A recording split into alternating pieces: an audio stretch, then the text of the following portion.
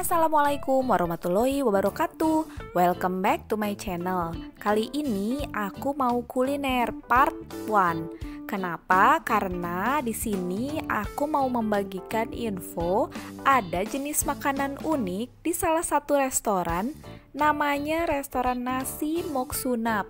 Di sini kita akan breakfast makanan-makanan roti yang namanya itu unik banget. Nanti kita cek kenapa bisa namanya tuh seperti itu, biar kalian pada tahu ya guys dan penasaran, oke?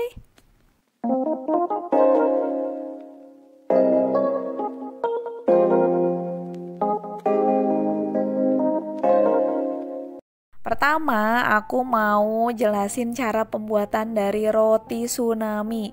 Kebayang dong sama kalian kalau tsunami itu kayak apa? Wah, udah kacau, diombang-ambing, wah, dibantang-banting. Udah tsunami aja pasti bayangannya, seperti apa. Nah, sekarang kita lihat kenapa sih ada roti disebut tsunami. Ternyata ini ada bahan dari tepung gandum. Ini dibuat dua biji, dua picis, dibuat dua, dibenye-benye, terus dibuat bulatan. Nah, ini dibuat dulu dua ya guys. Berikutnya dua roti yang udah dibentuk tadi dibakar guys, kemudian dibolak-balik supaya matang dan mulai terlihat kecoklat-coklatan, mulai hitam. Nah, itu berarti matang. Oke. Kemudian setelah matang diangkat, kemudian diacak-acak. Setelah matang, ini kita potong-potong menjadi kecil. Kemudian kita pindahkan ke piring. Dan ini kita mau siramkan dengan namanya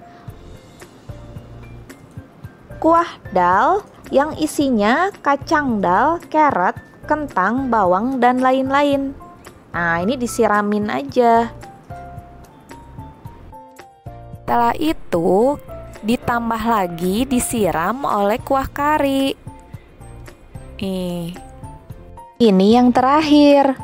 Nih kita campurkan dengan 2 telur isi setengah matang. Nah, ini kita pecahkan, disimpan di atas. Jadi juga roti tsunami. Jadi kalian udah tahu ya cara buatnya. Mat makan. Oke, sekarang kita lanjut ke menu unik berikutnya. Ini mau buat roti jantan. Nah, kalian pasti aneh kan kenapa disebut roti jantan? Lucu gak sih? Nah, ini ternyata seperti tadi roti gandum dimasukkan 2 telur, kemudian dibakar seperti tadi. Dimasak, dibolak-balik sampai matang. Dan juga telur di dalamnya juga matang. Lucu juga ya guys, kenapa sih harus disebut jantan? Mungkin karena telurnya ada 2. Nah, lo pikirin aja sendiri. Oke, ini harus dibolak-balik sampai matang, sampai ke dalam-dalamnya. Nah, udah matang, jadi deh. Langsung ditambahin bumbu yang tadi, kaldu dan sambalnya. Selamat mencoba, enak nih kayaknya.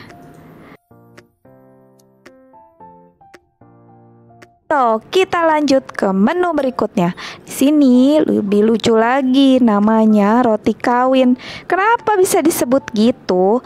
Nah, di sini masih roti yang sama, tepung gandum dibuat satu, kemudian dibakar lagi.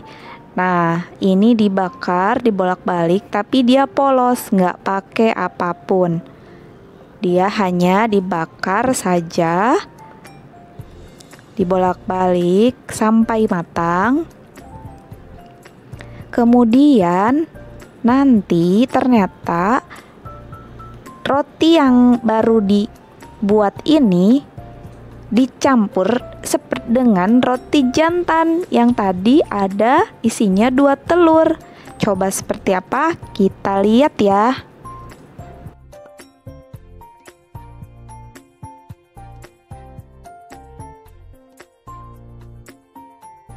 Nah, udah digabung deh. Jadi gini ternyata ceritanya. Roti jantan dicampur dengan roti polos yang artinya kawin. Aduh, ada-ada aja ya.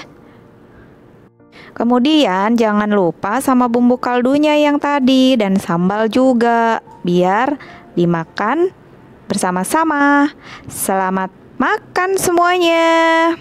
Lanjut ke menu berikutnya. Nah, kalau ini menu favorit aku, namanya roti tisu. Kayak gimana ya? Nah, ini roti gandum tadi dibuat seperti biasa, dibuat jadi besar, kemudian ditambahkan butter atau margarin di semua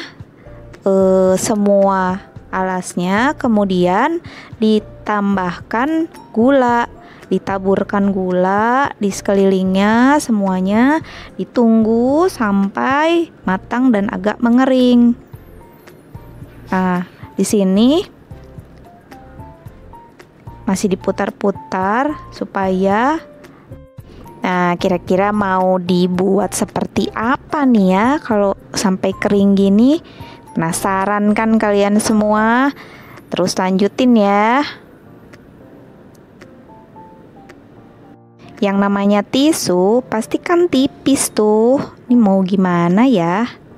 Iya guys, kalian nih biar info, yang masaknya roti ini namanya Bapak Muhammad Sarif.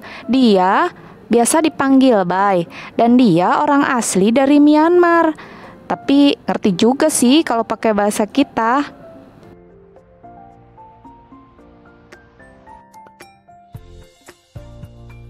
Balik lagi ke cerita tentang roti tisu. Nah, di sini ini dibakarnya harus betul-betul sampai mengering. Nah, ini biar matang banget. Kemudian setelah matang, ini dipotong pinggir-pinggirnya supaya biar bulat dan rata mungkin ya. Nah, di sini biar bulatnya tuh merata, kemudian mulai dipotong dan bisa diberdiriin dong guys. Ini seperti topi jadinya. Wow, keren. Aku suka.